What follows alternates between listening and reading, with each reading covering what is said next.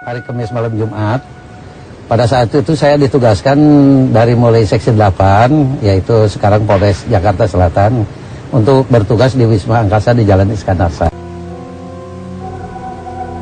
Saat menjelang subuh, kurang lebih jam 3, saya mendengar serentetan tembakan.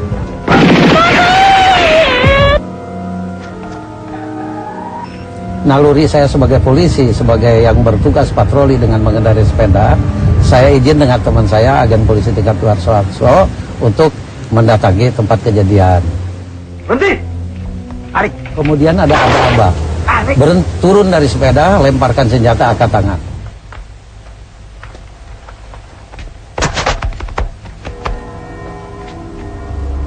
Di dalam kemudian dengan todongan kiri kanan muka belakang saya diseret, kemudian dimasukkan ke dalam truk mobil, di mana ditaruh di kabin di paling bawah samping supir.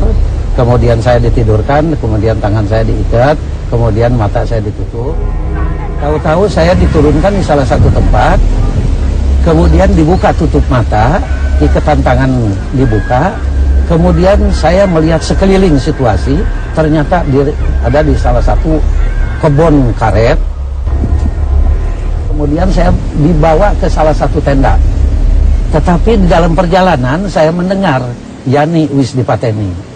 Hati saya, karena saya seorang polisi, dengar Yani Wisdipateni bahwa itu adalah Kepala Staf Angkatan Darat saat itu. Kemudian saya dibawa masuk, kemudian masuk nunduk. Pada saat sampai di dalam, pandangan saya melihat yang di bawah celentang penuh darah, ada yang pakai kimono, ada yang pakai sarung, kemudian ada yang pakai kait. Yang duduk berbintang 2, kemudian ada sebagian yang pakai pakaian preman, tetapi muka dan wajahnya sudah pada rusak, bekas dipukuli. Kemudian yang mengawal saya melapor ke salah satu pimpinannya, yaitu yang disebut Letnan Kolonel Untung. Dia melapor bahwa pengawal Jenderal Penjahitan ditawan, ditangkap. Atas perintah komandannya yang namanya Letnan Kolonel Untung, saya kemudian dibawa keluar, kemudian ditawan di salah satu tempat.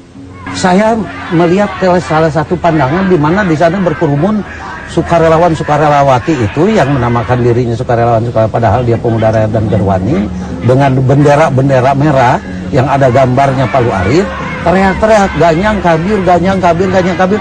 Satu persatu yang tadi ada di dalam tenda itu dimasukkan kepalanya lebih dulu satu persatu. Setelah itu, setelah yang 3, kemudian saya berbalik melihat dari gang ini dimasukkanlah ada yang berpangkat bintang 2, kemudian didudukan di salah satu kursi, menghadapin meja, menghadapi pemeriksa-pemeriksa. Di antaranya ada yang menodongkan senjata, ada yang bawa senjata, dengan catatan dia dibuka tutup matanya, ikatan tangannya dibuka, disuruh menandatangani sesuatu, dia berontak. Kayaknya nunjuk-nunjuk begini, kemudian mungkin tidak sabar ditutup kembali matanya, diikat lagi tangannya, kemudian diseret melalui saya ditawan, didorong rame-rame dengan disambut oleh teriakan ganyang kabir. Saya dengan mata kepala sendiri, waktu dia dibalikan kepalanya duluan, kemudian disusul oleh serentetan tembakan. Kemudian selesai, saya sendiri entah bagaimana Cakra Birawa yang menjaga saya mengatakan, kamu tidak usah takut-takut, kamu tidak usah ngeri-ngeri, kamu tidak usah macam-macam, kamu sama-sama prajurit dengan saya.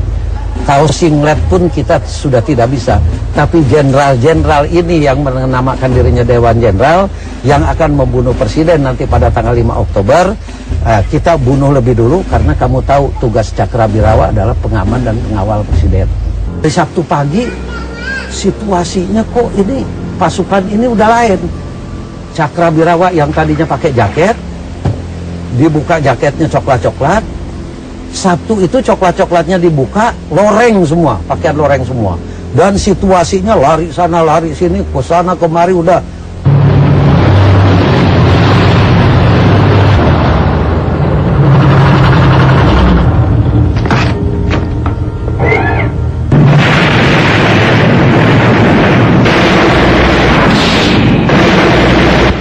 siangnya kan pasukan yang ada di Halim nih oleh RPKD.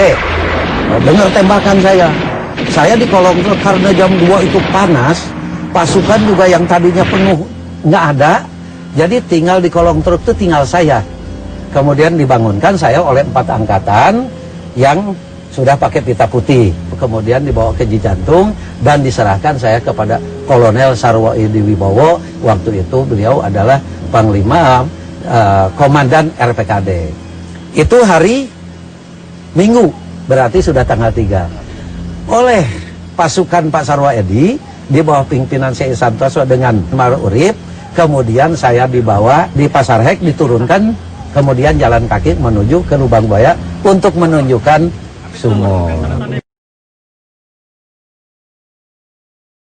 Assalamualaikum. Waalaikumsalam warahmatullahi wabarakatuh.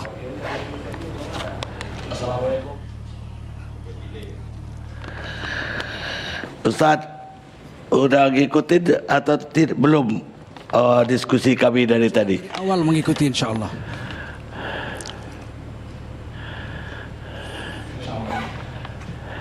Apa tanggapan Ustaz terhadap topik yang kami bawakan malam ini? Ya, terima kasih Bang Karni. Assalamualaikum warahmatullahi wabarakatuh. Hamdan wa syukranillah wa salatan wa salaman ala rasulillah wa ala alihi wa sahbihi wa mawalah. Bicara tentang ideologi, kami sangat yakin bahwa ideologi itu tidak mungkin mati. Ideologi itu pasti akan hidup terus. Apalagi di dalam Quran dan hadis memang diceritakan begitu. Misalnya perilaku sajalah, perilaku kaum Lut, homoseksual dan lesbian, udah dimatiin semua dengan bencana oleh Allah. Sampai sekarang masih ada, berlaku terus sampai hari kiamat. Begitu juga kaum Madian, penipu timbangan. Mereka didakwahi oleh Nabi Syuaib nggak mau, akhirnya dibunuh semua, mati. Tapi penipu timbangan sampai sekarang masih jalan. Begitu juga orang-orang yang tidak percaya Tuhan, ateis, sudah dimatiin habis, dihancurkan semua negerinya. Sampai sekarang ateis masih ada.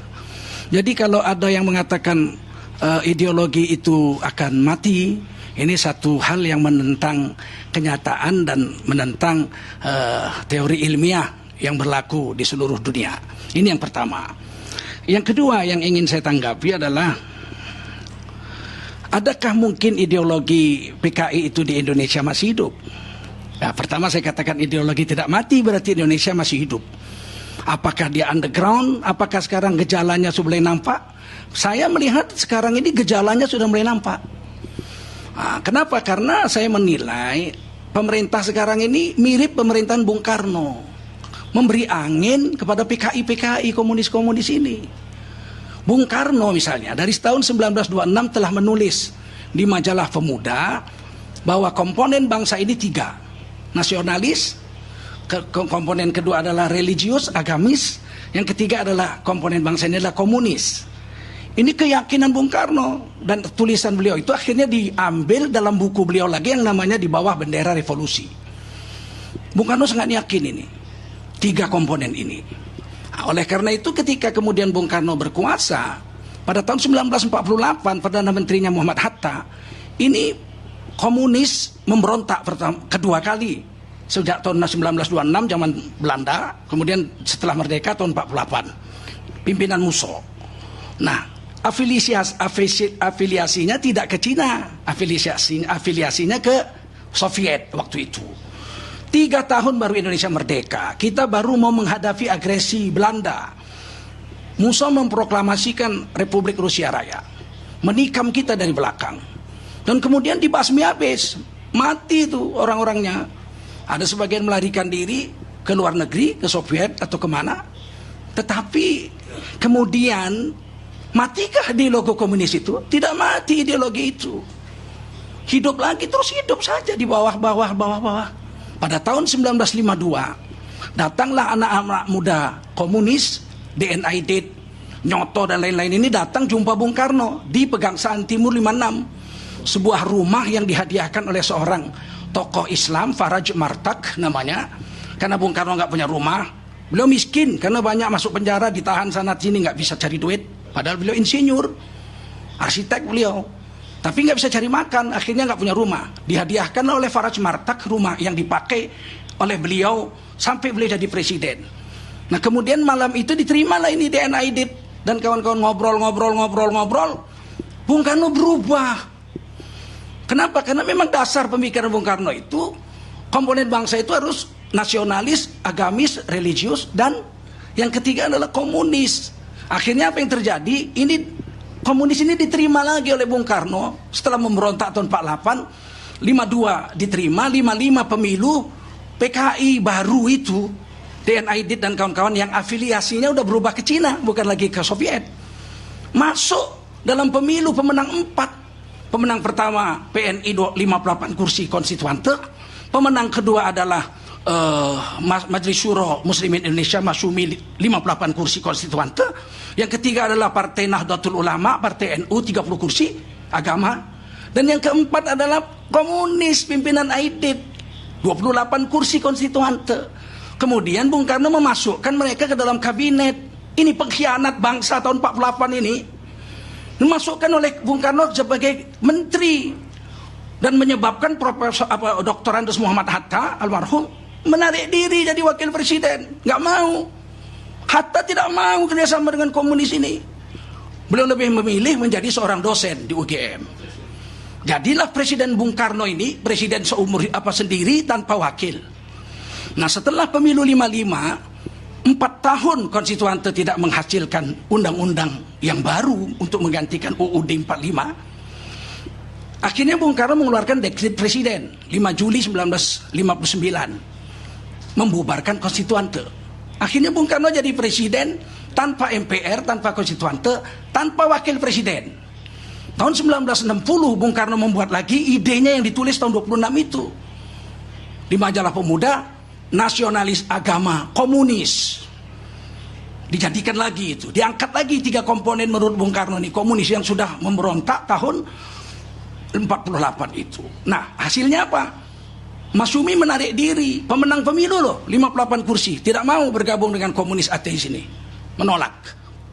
Bung Karno jalan dengan nasakomnya itu 3. Nasionalisnya PNI pimpinan beliau sendiri, agamanya adalah Partai NU, dan komunisnya DNA Aidit punya PKI. Hasilnya kemudian tahun 1960 Bung Karno membubarkan Masyumi karena menolak nasakom ini, nggak mau kerjasama dengan PKI ini, si pemberontak ini. Nah, apa yang terjadi? Kemudian Bung Karno memenjarakan seluruh rekan-rekan seperjuangannya. Ini kan fakta sejarah. Siapa yang dipenjarakan? Yang menolak PKI. Muhammad Rum 4 tahun 4 bulan. Ini kan ahli negosiasi kita, perjanjian Renville, perjanjian Meja Bunda, di penjara 4 tahun 4 bulan tanpa pengadilan sama sekali. Muhammad Nasir, ini ketua Masyumi ini, Perdana Menteri Indonesia yang menyatukan mosi integral sehingga Republik Indonesia Serikat berubah menjadi NKRI kembali, di penjara juga tanpa pengadilan. Kemudian Sekjen Masyumi Muhammad Saad, Syekh Muhammad Saad dimasukkan penjara juga oleh Bung Karno. Kenapa? Karena menolak Masyumi. Nggak usah kita mengelak sana sini. Di Medan, Syekh Arsyad Talib Lubis, itu ulama besar kami di sini, salah satu pendiri Al-Wasliyah, di penjara juga. Buya Hamka 2 tahun lebih sampai minum kencing. Menurut paman guru saya, adik sepupuan Buya Hamka, tinggal di rumah bapak saya 3 tahun, mengazankan saya waktu lahir. Beliau yang cerita Buya Hamka di penjara zaman Bung Karno itu sempat minum kencing. Apa salahnya Buya Hamka? Imperialis? Kapitalis? Bukan. Karena beliau menolak PKI, menolak komunis. Kemudian Tan Malaka keluar dari PKI, padahal beliau pendiri, membuat partai baru namanya Partai Musyawarah Rakyat Banyak bersama Adam Malik, bersama Khairul Soleh. Khairul Soleh ini orang yang menculik Bung Karno ke Rengas Dengklok agar membuat teks proklamasi dan memerdekakan Indonesia. Ini 3 orang ini mendirikan Partai Musyawarah Rakyat Banyak, Partai Murba. Kemudian disuntik oleh komunis ini, Bung Karno membekukan Murba. Untuk kemudian tahun 1964 Murba dibubarkan oleh Bung Karno. Gerak HMI juga diminta dibubarkan. Kenapa? Nggak ada salah apa-apa. Bukan mereka tidak Pancasilais, karena menolak PKI. Ini yang menjadi keanehan. Bung Karno itu kok dari 48 membasmi PKI itu beliau diam, setuju. kok tiba-tiba balik lagi? Karena memang pemikiran Bung Karno, komunis tidak boleh hilang dari komponen bangsa ini. Nah, pada tahun 1965 komunis memberontak nih di NID, membunuhi jenderal-jenderal, kiai-kiai dibunuhi, kawannya satu koalisi, nasionalis PNI, Partai NU sebagai agamanya, PKI sebagai partai komunis, Nasakom bersatu sejak tahun 60. Tahun 65 yang paling banyak dibunuh kiai daripada NU sendiri, kawannya satu koalisi. Jadi kalau Ibu Sukmawati tadi mengatakan komunis itu bangkit di Rusia melawan proletar, melawan bangsawan-bangsawan yang feodal, di sini mereka membunuh kiai-kiai kok. Di sini komunis bunuh kiai, membunuh tentara. Yang kemudian sangat mengecewakan adalah sekarang ini, pemerintah sekarang ini, tadi Pak Profesor Mahfud MD mengatakan bahwa pemerintah itu nggak campur-campur lah. Mau versi PKI benar atau versi pemerintah Orde Baru, bahwa Orde Baru benar PKI salah, nggak mau campur-campur, dibiarin aja. Ini kan sikap sangat berbahaya dari rezim ini. Kenapa saya bilang berbahaya? Karena PKI yang memberontak tahun 1965 itu dihukum di pengadilan negara, pengadilan militer, inkrah. Subandrio, Sam Kamaruzzaman, ini gembong-gembong PKI ini inkrah di pengadilan. Pengadilan bukan pengadilan Soviet, bukan pengadilan Cina, bukan pengadilan Arab Saudi. Pengadilan Negara Kesatuan Republik Indonesia. Kalau mengatakan kemudian PKI itu ya biar aja, mau betul, mau salah, kan berarti menampar wajah sendiri. Ini Mahfud MD dan rezim-rezim yang sekarang ini menampar wajah sendiri. Kenapa? Karena keputusan pengadilannya dikangkanginya sendiri. Atau kalau bisa diadili baru. Kalau boleh, kan nggak boleh. Sudah inkrah kok. Di pengadilan. Gembong-gembong komunis ini memberontak. Beda dengan Bung Karno tahun 46, 48. Komunis itu dibunuh aja, nggak di pengadilan. Musso dibunuh. Yang lain-lain dibunuh. Amir Saripudin dibunuh. Nggak ada pengadilan. Kalau Pak Harto di pengadilan. Nah ini yang harus diluruskan. Sangat berbahaya membiarkan ini terus. Suka hati aja. Mau rakyat percaya atau tidak. Seharusnya pemerintah sekarang ini, ketika ada di medsos tulisan-tulisan mengatakan, saya baru baca itu, PKI memberontak tahun 65 ada rekayasa Soeharto. Itu harusnya pemerintah ini menangkap orang itu. Anda menentang inkrahnya pasal perkara pidananya PKI di pengadilan militer. Menentang pengadilan Anda, tangkap dong, jangan dibiarin. Banyak sekali ambigu di negeri ini sekarang. Kata Profesor Mahfud MD, kita itu adil saja, yang begini kita proses, ini dilarang kumpul-kumpul kita larang. Yang sana yang demo di luar kumpul-kumpul dibiarin. Nah satu lagi ini kita lihat contoh. Ketika HTI memunculkan pemikiran khilafah, langsung dibubarkan kok. Keluar perpu. Nggak lewat pengadilan dulu, perpu HTI dilarang. Nah, sementara ada partai mau mengubah Pancasila menjadi Trisila, menjadi Ekasila, nggak ditangkap.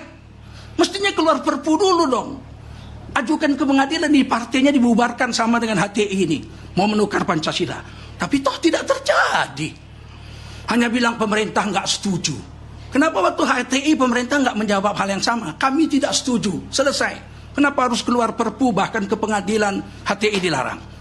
Ini yang meras Pancasila ini jadi Trisila, jadi Ekasila. Kok nggak dikeluarin perpu, adili pengadilan, cabut izinnya? Tak peduli saya mau PDI mau siapa, itu urusan pemerintah. Tapi siapa? Jadi terima kasih. Ya. Nah terakhir, komunis, ya. Uraiannya diperpendek. Oh baik, ini saya akan tutup. Uraian Ustadz diperpendek. Baik, saya perpendek. Waktunya udah habis. Komunisme, Bapak Ibu, di mana-mana biadab. Di Rusia bunuh jutaan orang, puluhan juta. Di Cina bunuh puluhan juta. Di Kamboja bunuh 3 juta orang. Di Albania juga begitu. Nggak mungkin di Indonesia tiba-tiba komunis itu culun. Hanya korban aja. Nggak ada niat apa-apa. Tidak mungkin komunis itu Pancasilais. Karena mereka tidak menerima agama. Dan Pancasila itu sila pertama adalah ketuhanan yang Maha Esa, yang sekarang baru mau ditukar menjadi ketuhanan berkebudayaan. Kalau ketuhanan yang berkebudayaan, komunis pasti menerima Pancasila yang berketuhanan kebudayaan. Tapi kalau ketuhanan yang Maha Esa, komunis di seluruh dunia tidak akan pernah menerima hal ini. Demikian Bang Karni, terima kasih. Mudah-mudahan uraiannya ada manfaat.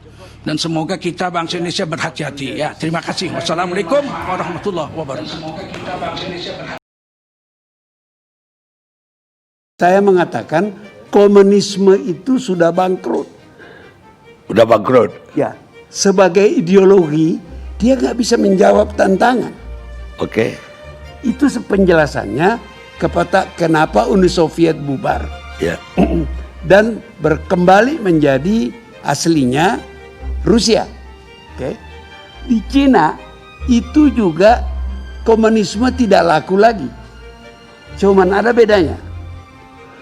Rusia itu tidak sepintar Cina. Cina belajar dari Rusia. Dengan membubarkan Partai Komunis Uni Soviet, maka alat kontrol Putin, sekarang diktatornya namanya Putin, itu tidak ada. Di Cina Partai Komunis dipelihara, ideologinya tidak. Ingat kata Deng Xiaoping, tidak penting kucing itu hitam atau putih. Yang penting dia bisa menangkap tikus. Karena sudah dapat perintah boleh menangkap tikus, cara apapun. Anda lihat Cina berkembang bukan main. Kapitalis. Alhamdulillah sebagai mantan wartawan saya masih punya kebiasaan meninjau tempat-tempat penting. Saya ke Rusia, saya ke berapa hari di Moskow, berapa hari di Leningrad yang sekarang namanya Petersburg. Itu komunis sudah tidak ada. Itu bukan hanya karena barang-barang di toko-toko, itu barang-barang kapitalis yang dulu ada hanya boleh dibeli oleh pejabat partai dengan hard currency. Sekarang luar biasa, apa aja bisa Anda beli. Di samping Kremlin itu ada toko barang-barang mewah. Saya ke sana, itu segala macam barang itu ada. Dan Anda boleh beli. Artinya Anda kalau punya duit, begitu ya. Dan orang Rusia kan sekarang jauh lebih makmur dibanding di zaman komunis. Cina juga begitu. Oke. Jadi komunisme seperti yang kita bicarakan itu kan komunisme yang kita bayangkan dulu dipimpin oleh almarhum D.N. Aidit, okay? Dan teman-temannya kan sejumlah politbiro itu. Partai komunis seperti itu tidak zamannya lagi. Jadi kalau kita bilang PKI akan bangkit, saya nggak yakin. Tapi kenapa soal itu dibicarakan orang? Soal sejarah. Apa itu? Itu bisa Anda lihat dari pernyataan Ripka Ciptaning. Itu kan dendam. Dia distigmatisasi, bapaknya, keluarganya, teman-temannya. Itu kan dendam. Mereka cari kesempatan dong untuk balas dendam. Itu kan manusiawi. Mereka lihat siapa yang terlibat dalam menganiaya keluarganya, ya. Itu ada dua yang mereka identifikasi. Salah satunya disebutkan oleh Ripka Ciptaning itu adalah TNI. Tapi kalau Anda perhatikan di dalam masyarakat, sebenarnya mereka musuhi adalah TNI dan Islam. Karena Islam itu mendukung berdirinya Orde Baru dan melawan komunis. Nah, ini persoalan yang meresahkan orang. Karena seperti dikatakan oleh Ripka Ciptaning, ada banyak anak-anak PKI di PDIP. Ya. Nah, kalau dia banyak di PDIP, buktinya salah satu contohnya Ripka Ciptaning itu di dalam wawancaranya menyebut dia pengurus PDIP Jawa Barat. Itu sekian tahun lalu. Dia belum anggota DPR. Sekarang dia Setahu saya sudah anggota DPR RI. Artinya kalau dulu dia menyebut 20 juta atau 15 juta, hampir 20 tahun kemudian sudah berapa banyak anak-anak PKI itu? Oh, tidak semuanya dendam. Tapi itu kan bisa dimobilisasi. Lu bapakmu dulu dibunuh. Ini begini. Kita let's do something. Itu yang ditakutkan orang. Sebab ini yang terancam bukan TNI dan Islam, Republik Indonesia. Sebab kalau ini bergerak, maka banyak reaksi, ribut lagi Indonesia. Itu yang ditakutkan orang. Nah, diperlukan pemerintah yang kuat, pemerintah yang bijaksana, pemerintah yang tahu sejarah untuk mengelola potensi konflik ini. Itu kalau kita bicara mengenai komunisme itu.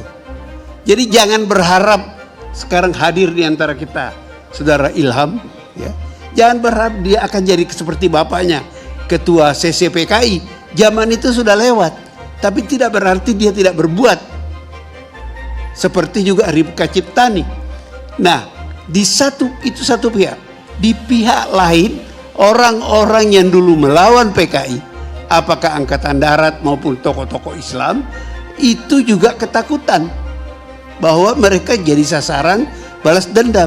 Nah, ini yang menimbulkan ketegangan di dalam masyarakat. Apa ada gejala itu? Apa Anda lihat? Terasa kalau Anda. Beginilah, tiap pagi saya itu membuka WA saya itu. Ya, terasa betul dan menakutkan. Makin lama makin tegang. Ada gambar tadi saya dapat, WA masuk, ada seorang tokoh yang dianggap mungkin bukan PKI tapi apa begitu, ikut saya. Itu ada gambar dia mula-mula utuh. Gambar kedua ada orang berdiri tidak kelihatan mukanya, pegang pedang, dan kepala orang yang tadi muncul itu sudah copot dan banjir darah. Ini kan mengerikan. Ini mengerikan. Jadi saya ini tidak berpikir, tidak dalam posisi anti itu, pro ini dan sebagainya. Yang saya pikirkan keselamatan Republik ini. Dan itu orang seperti saya tidak bisa berbuat banyak. Ya paling berkoar-koar begini. Yang bisa berbuat itu pemerintah Indonesia.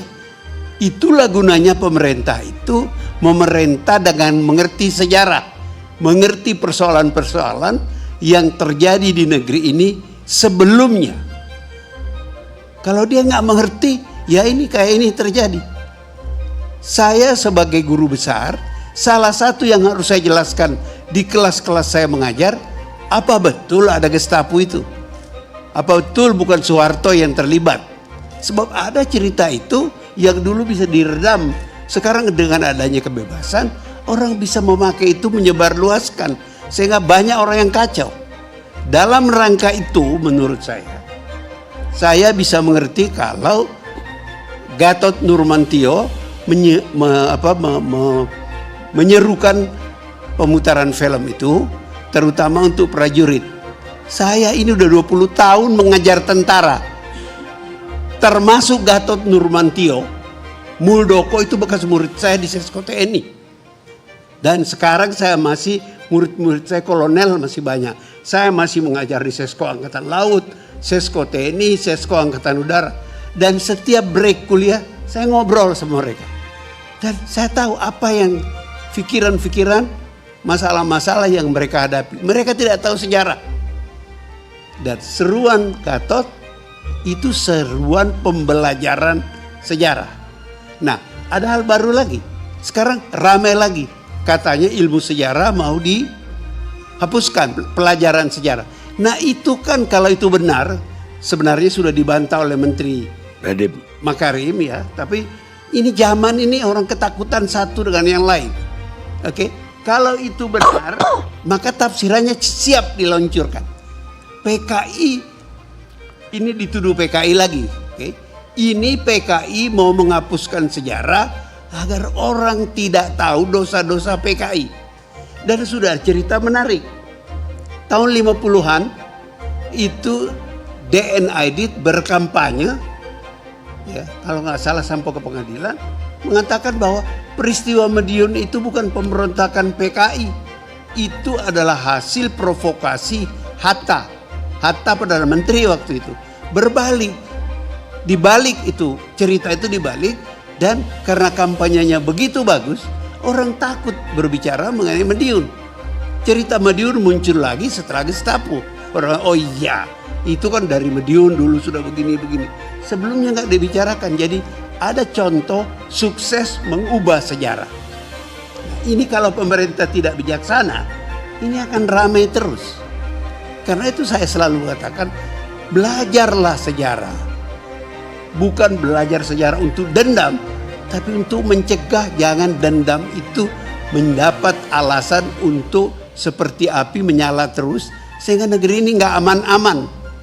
Yang saya pentingkan ini adalah keselamatan Republik ini. Jangan kita mencari untung sendiri, baik yang anti PKI maupun yang pro PKI. Pikirkanlah negeri ini. Jangan mencari benar menang sendiri. Kira-kira itu yang mau saya katakan. Ada pertanyaan saya satu lagi. Ada yang bilang bahwa era sekarang ini adalah era terakhir kebangkitan PKI. Dan era terakhir juga untuk orang yang anti PKI, untuk mengubur PKI selama-lamanya. Kenapa? Karena generasi kedua pun pada tahun sekarang ini udah lanjut usia, ini udah 60 ke atas umurnya. Gimana pendapat Anda? Ya, kalau Anda bicara biologis mungkin begitu. Kita bisa bicara sejarah. Kita bicara sejarah. Dan sejarah itu bisa selalu hidup. Itu gunanya, kembali lagi kepada cerita saya mengenai Gatot Nurmantio tadi. Kan tidak ada pelajaran sejarah mungkin di antara para prajurit. Jadi lama-lama mereka tidak tahu. Dan dalam keadaan tidak tahu, ada kampanye yang mau mengubah sejarah. Itu dilawan oleh Gatot Nurmantio dan banyak orang. Sebab kita takut itu terjadi. Saya tidak takut siapa menang siapa kalah. Yang saya takut Republik ini kacau. Ini yang harus kita jaga. Ini barang kita yang paling terhormat. Termasuk menjaga jangan Pancasila itu diobok-obok lagi. Kasihan loh Pancasila itu. Setiap penguasa baru dia ubah-ubah lagi tuh Pancasila. Zaman liberal lain ketika Bung Karno masuk Nasakom dekris presiden itu lain lagi Nasakom. Okay? Datang Pak Harto lain lagi asas tunggal. Sekarang mau apa lagi? Kok Pancasila kok jadi bola ditendang ke kiri dan ke kanan? Itu yang harus kita jaga. Sebab kita ini bangsa baru, saya selalu bilang, this is a fragmented society. Ini masyarakat baru yang namanya pun di abad ke-20 baru ada. Dulu kan nggak ada Indonesia. Semua pahlawan nasional yang kita pakai itu keputusan politik. Apa jasanya Sultan Hasanuddin? Apa jasanya di Ponorogo? Apa jasanya Imam Bonjol kepada Republik Indonesia? Nggak ada. Itu kita angkat kesepakatan politik. Mereka menjadi pahlawan nasional. Tapi sebenarnya Indonesia itu, gagasan itu adalah fenomena abad 20. Memuncak ketika Sumpah Pemuda. Sepakat kita. Tapi kita sepakat mau merdeka. Sepakat mengatur Indonesia itu sampai sekarang juga belum selesai. Nah kalau kita nggak pintar-pintar, bubar ini Indonesia ini. Karena itu saya selalu bilang, jangan sibuk teriak NKRI harga mati, Pancasila harga mati. Tidak, NKRI Pancasila harga hidup. Setiap zaman itu harus kita hidupkan supaya kita tidak ribut sendiri dalam menafsirkan. Kira-kira begitu. Baik, terima kasih Profesor.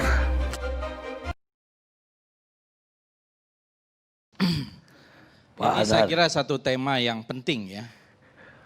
Karena berbicara sebuah tragedi nasional yang besar, setidaknya adalah ada 2 kali Partai Komunis Indonesia mau melakukan kudeta. Bagi saya jelas PKI itu mau melakukan kudeta di tahun 48 dan di tahun 1965. Nanti saya beberkan bukti-buktinya dengan jelas. Apalagi sudah ada TAP MPRS nomor 25 tahun 66 dan ada juga Undang-Undang Nomor 27 Tahun 99 yang jelas-jelas di situ mengatakan bahwa Partai Komunis Indonesia dibubarkan karena mau merobohkan negara Republik Indonesia. Jadi sebetulnya tidak ada kontroversi di situ.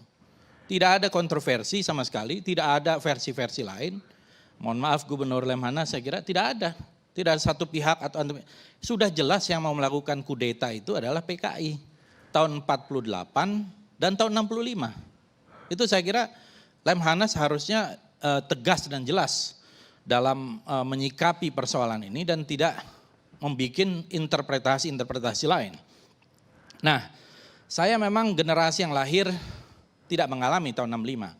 Saya lahir tahun 71, tetapi saya kebetulan masuk Universitas Indonesia di jurusan Rusia. Jadi sedikit banyak saya juga bersinggungan dengan berbagai literatur yang terkait dengan itu. Kemudian doktornya kebetulan di bidang sejarah juga. Nah, saya ingin kutip ini. Seorang Bolshevik yang pertama namanya Pyotr Kachov. Di tahun 1876. Di dalam bukunya Revolutia i Gasudarstva. Revolusi dan negara. Ya, dia mengatakan bahwa revolusi harus terjadi sebelum transformasi masyarakat. Karena itu kaum revolusioner harus merebut kekuasaan sebelum mereka melaksanakan program. Revolusi merupakan konspirasi yang dilakukan kelompok kecil atas nama massa. Begitu kekuasaan sudah di tangan, baru pemerintah akan melaksanakan revolution from above atau revolusi dari atas dengan menggunakan kekuatan terorganisir dari negara. Itulah yang disebut sebagai dalam ajaran komunis diktator proletariat.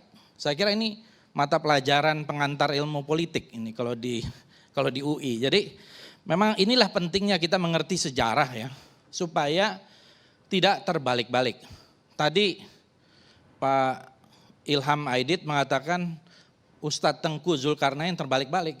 Tidak, yang terbolak-balik itu adalah Saudara Ilham Aidit. Contoh saja misalnya tadi mengatakan undang-undang PMA itu produk dari pemerintahan Soeharto. Itu salah besar. Yang menandatangani Undang-Undang Nomor 1 penanaman modal asing itu adalah Presiden Soekarno. Tanggal 10 Januari tahun 67, Pak Ilham. Ini informasi elementer. Anda jangan bolak-balik itu. Ya, itu jelas. Nanti saya bicara dulu. Anda bisa buka. Sekarang Anda buka dulu aja, Google dulu. Yang menandatangani adalah Bung Karno, Soekarno, bukan Soeharto. Buka aja, Google dulu Anda, nanti silakan jawab. Itu informasi elementer. Ya. Kemudian tahun 48, kalau kita lihat, saya meneliti tahun 48 itu dan saya bukukan nih. Kesaksian korban kekejaman PKI tahun 1948. Ini atas anjuran dari PAUD, Kiai Haji Yusuf Hashim. Putranya Hadratus Syekh, Kiai Haji Hashim Asy'ari. Ini tokoh besar NU. Pak Ud ini adalah sahabat saya. Dan kami bersama-sama mewawancarai korban-korban kekejaman PKI tahun 48. Dan jelas sekali di situ PKI 48 itu berkolaborasi dengan Belanda, menusuk kita dari belakang. Ketika kita bersiap-siap menghadapi agresi militer Belanda yang kedua, yang kita sudah antisipasi waktu itu, Soekarno, Hatta, dan tokoh-tokoh bangsa mengantisipasi, tiba-tiba 18 September, tentu dimulai dengan kerusuhan-kerusuhan di Solo dan Jogja, dideklarasikanlah Soviet Madiun, dan dimulai dengan pidatonya Musso.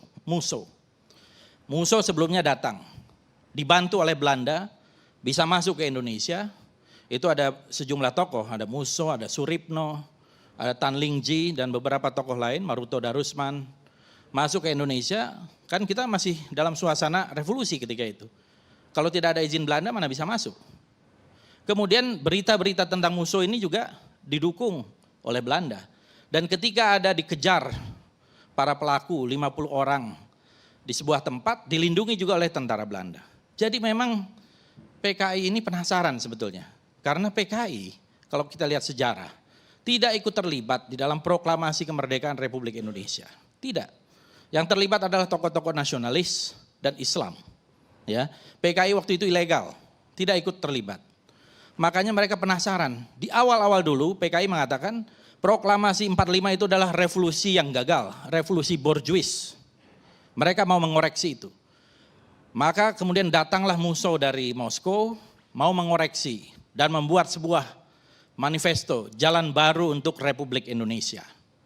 Di Jalan Baru Republik Indonesia itu dia mengecam Bung Karno, mengecam Bung Hatta, dan jelas-jelas di situ Ibu Sukma mengatakan bahwa ideologi dari PKI itu adalah Marxisme-Leninisme.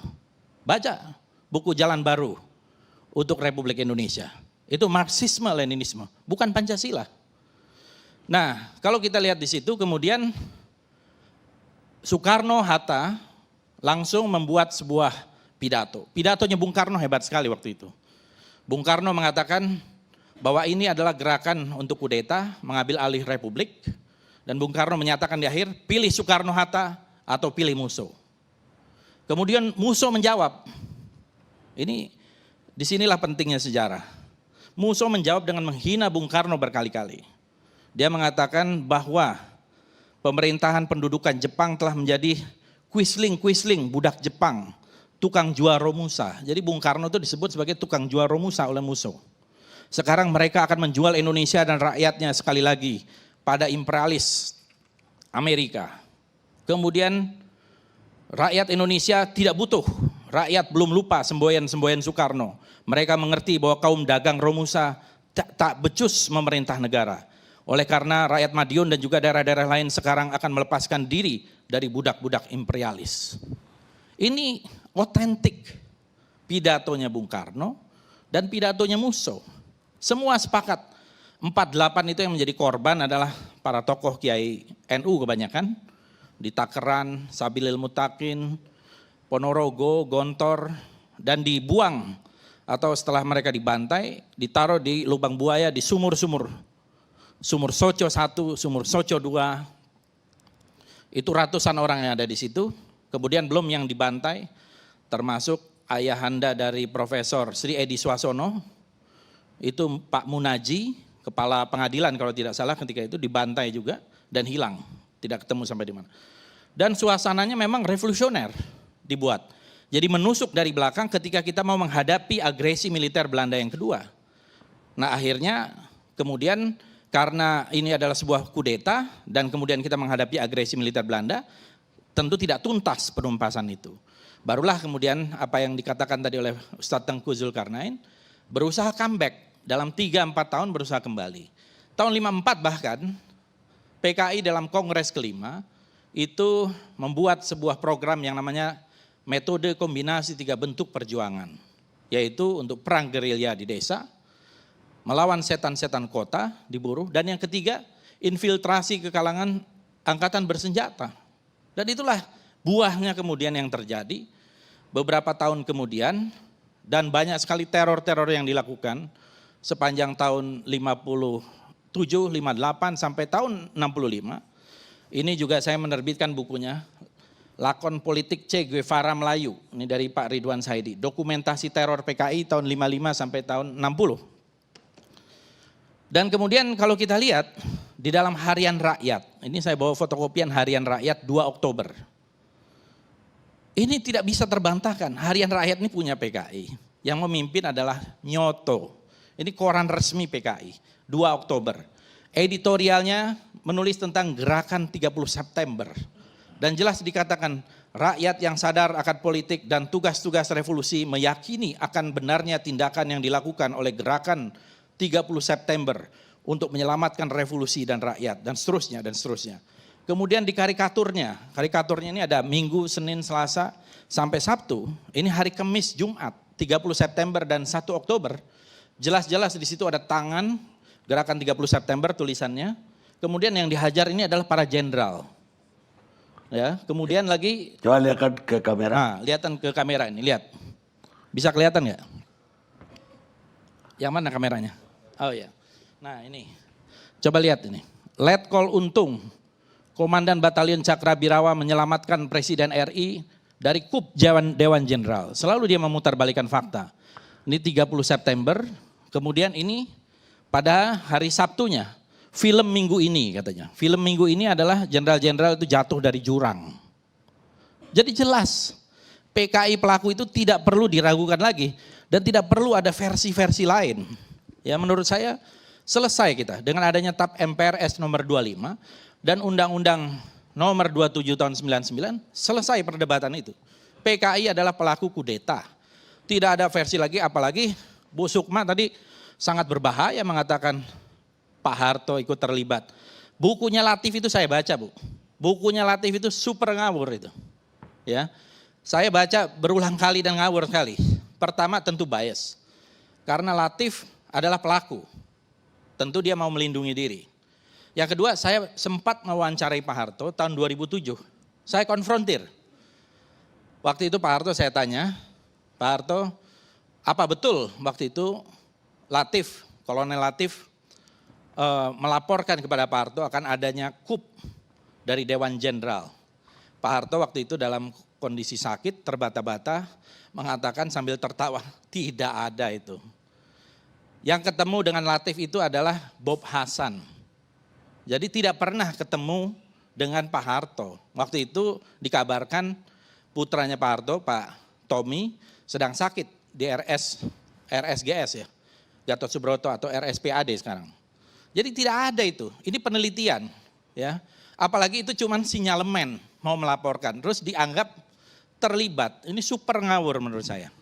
Dan bagaimana seorang yang terlibat kemudian mau memberantas dan menumpas. Dan ini saya kira Koran Harian Rakyat 2 Oktober adalah bukti yang sulit untuk terbantahkan bahwa PKI memang mau merebut kekuasaan. Belum lagi fakta-fakta lain dan banyak sekali buku-buku lain yang saya kira sangat menguatkan itu. Jadi satu hal ini adalah sesuatu yang tidak kontroversial, jadi jelas. Kemudian saya juga ingin mengatakan bahwa PKI selalu backstabbing dari belakang gitu ya, menusuk dari belakang. Karena itu wajar kalau kemudian dilarang. Tadi Saudara Saganda mengatakan bahwa Nazi saja, Nazi itu kan berarti lebih dari 75 tahun.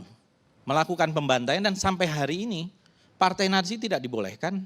Orang memakai lambang Nazi bisa ditangkap, orang melakukan penghormatan ala Nazi bisa ditangkap juga oleh polisi.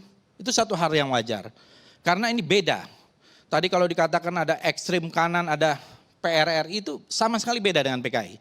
Karena itu tidak pernah melakukan kudeta. Ya. Peristiwa DITI itu sejarahnya berbeda lagi. Di rootnya itu adalah tahun 49. Itu bukan kudeta. Dia belum masuk di dalam pengakuan kedaulatan ketika itu. Itu kita bisa diskusi panjang sendiri tentang hal itu. Dan akhirnya akan menyatu. Dan tidak ada TAP MPRS-nya tentang itu. Tidak ada undang-undangnya tentang itu. Begitu juga dengan PRRI, itu adalah koreksi terhadap pemerintah pusat yang terlalu dekat dengan komunis dan juga tidak memperhatikan daerah. Bahkan isunya waktu itu Jawa dan luar Jawa. Itu adalah koreksi dan tidak ada undang-undangnya tentang PRRI. Justru mereka semua mendapatkan amnesti.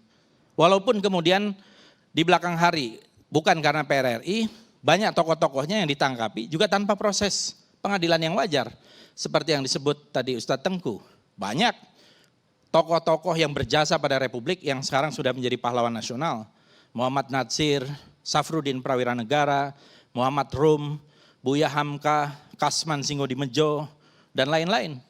Bahkan seorang jurnalis yang hebat seperti Mohtar Lubis dipenjara 10 tahun. Dari tahun 56 sampai tahun 66, Mohtar Lubis. Ya, yang saya kira luar biasa menjadi godfather dari jurnalis di Indonesia. Jadi Sahrir. Sultan Syahrir, ya betul Bang Karni mengingatkan ini karena Sultan Syahrir Perdana Menteri pertama memimpin Kabinet Syahrir 1, Kabinet Syahrir 2, Kabinet Syahrir 3. Dalam keadaan sakit masih di penjara. Dan akhirnya Muhammad Hatta meminta supaya bisa bawa ke luar negeri ke Swiss ketika itu dan meninggal sebagai statusnya tahanan politik baru setelah kembali dijadikan pahlawan nasional. Syahrir, seorang bapak republik juga ditahan dengan luar biasa ketika itu kena stroke dan sebagainya, tidak dibebaskan. Diperpendek. Nah, jadi intinya menurut saya ini memang komunisme ini adalah satu ideologi yang sangat ganas dan kejam. Ada The Black Book of Communism itu mencatat di seluruh dunia di rezim komunis itu sekitar 95 juta orang yang meninggal. Saya tahu kalau di Rusia atau di Soviet lebih banyak. paling banyak lah di samping Cina dalam revolusi kebudayaan, itu di zamannya Stalin luar biasa. Saya sudah datang ke rumahnya Stalin di Gore, di Georgia. Saya datang ke rumahnya Karl Marx di Trent. Saya datang ke kuburan-kuburannya untuk menyelami apa yang ada di dalam pikiran-pikiran mereka tentang komunisme. Dan memang ini ideologi yang sangat ganas dan menghalalkan segala cara. Dan saya kira jangan sampai terjadi lagi. Di Kamboja juga, itu saya datang ke namanya Cheong Ek sama S21 Prison Camp, Killing Field. Dalam tanah 2 hektar dibunuh 10.000 orang. Jadi pembantaian yang dilakukan oleh rezim komunis seluruh dunia itu 95 juta orang menurut buku The Black Book of Communism. Jadi jangan dialihkan. Seolah-olah ini tragedi ini adalah tanggung jawab semua pihak. Saya tidak sependapat dengan Pak Agus ya dari Lemhanas. Saya kira itu bukan tanggung jawab semua pihak, itu tanggung jawab PKI yang melakukan kudeta. Kemudian terjadi retaliation itu oleh rakyat. Apakah menurut Pak Agus ini dilakukan oleh negara? Apakah ada bukti-bukti yang melakukan itu negara? Saya kira masyarakat ketika itu dalam posisi dibunuh atau membunuh. Gitu ya. Dan itu saya membaca dan berusaha menghayati walaupun tidak hadir di dalam peristiwa-peristiwa itu. Tetapi hampir semua buku dan dokumen yang kita baca itu menyiratkan seperti itu. Dan saya mewawancarai tokoh-tokoh para pelaku baik 48 maupun 65. Waktu Anda udah habis. Terima kasih.